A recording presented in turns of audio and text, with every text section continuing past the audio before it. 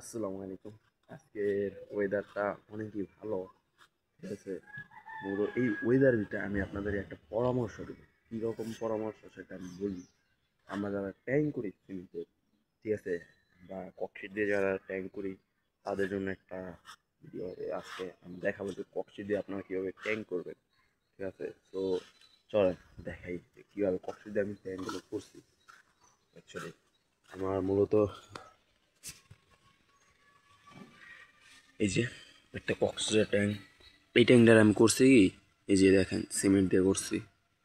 ঠিক আছে, এই যে চারপাশ সিমেন্ট লাগছে, এই সাইডে ওভারফ্লোর পাইপ দিছি কত পরিমাণ, এই যে 1/2 ইঞ্চির পরিমাণের নিচে দিছে, 1/2 ইঞ্চি নিচে পাইপটা বসাইছি।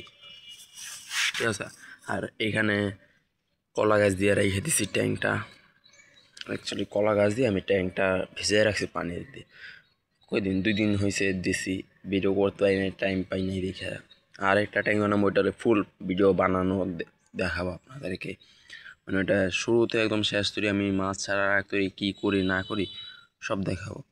আর এটাকে আমি কালকে বা পরশু পানি চেঞ্জ করে দেবো, মানে কলা গাছেরই ফেলাই দেবো, ফেলাই দিয়ে আমি তারপরে কিছুদিন পানি রাইখা তারপরে আমি মাছ ছাড়ার চিন্তা ভাবনা করছি। ঠিক আছে, আগে এই সবগুলো আমি চেঞ্জ করে দেবো আমার। তারপরে আর ট্যাঙ্কটা হচ্ছে যে 1 ফিট বাই 1.5 ফিট। ঠিক আছে, পাশে আছে এই জায়গা থেকে এই পাশে আছে হচ্ছে 1 ফিট, আর এমনি আছে 1.5 ফিট। ঠিক আছে, 1.5 ফিটের ট্যাঙ্কটা। ঠিক আছে, এই যে আমার সবগুলো ট্যাঙ্কি কিন্তু সিমেন্ট দেওয়া, মানে সিমেন্ট দিয়ে বানানো ককশিটগুলো। যেই কয়টা ট্যাঙ্ক আছে সবগুলো ট্যাঙ্কি আমার সিমেন্ট দিয়ে করা।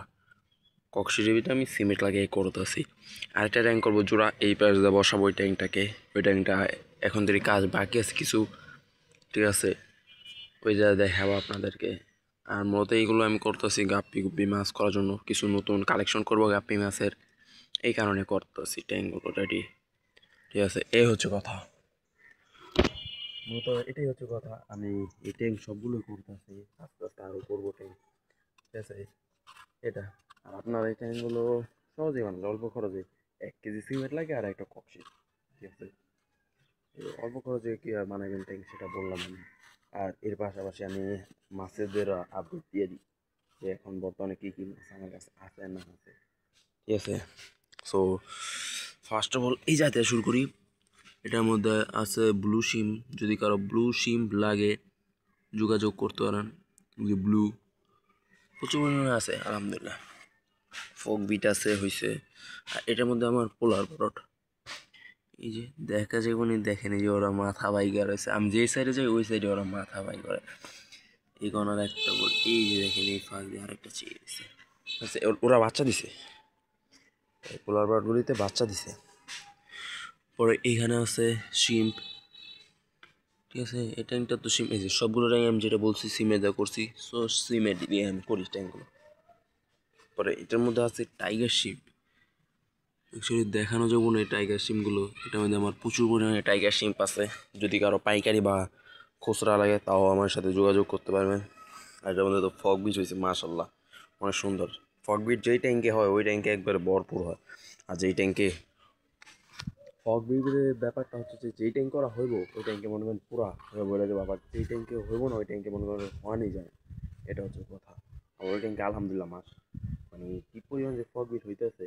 ঠিক আছে, আচ্ছা যদি এগুলো দেখাই, এখানে কিছু প্যারট আর গাপ্পি গুপ্পি রাখা আছে, ওদেরকে এক ট্যাঙ্কে রেখা দিচ্ছি। আর এটার মধ্যে আমার শিম্প, বর্তমানে শিম্প প্রচুর আমার কাছে, শিম্প আছে অনেক পদের। ঠিক আছে, শিম্প ব্লু ব্ল্যাক সবই আছে। আর এদিকে তো গাছগুলো রাখা, পরে এখানে আদা গাছ আনারস গাছ সবই আছে। আর এই পাশে যদি দেখাই তাহলে হচ্ছে আমার র্যাকটা। ঠিক আছে, এই সেটা আমার র্যাক। আর এইটা হচ্ছে আমার একটা ট্যাঙ্ক, এটার মধ্যে রেটিচা ব্ল্যাক, এই যে ব্ল্যাক রেড, ঠিক আছে, টাইগার ব্লু এইসবই একসাথে থাকে। অ্যাকচুয়ালি সব শিম্প একসাথে রাখি আমি এই ট্যাঙ্কে।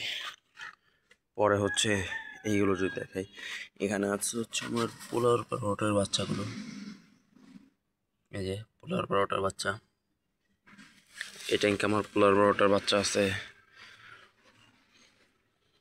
এটাই। আর এই ট্যাঙ্কটাতে পানি যখন দিব ওই টাইমে ভিডিও পাইবেন আপনারা, ঠিক আছে। এই হচ্ছে আজকের মতো ভিডিওটা ভালো লাগলে অবশ্যই লাইক কমেন্ট শেয়ার করে দেবেন। পাশে থাকবেন। আল্লাহ হাফেজ।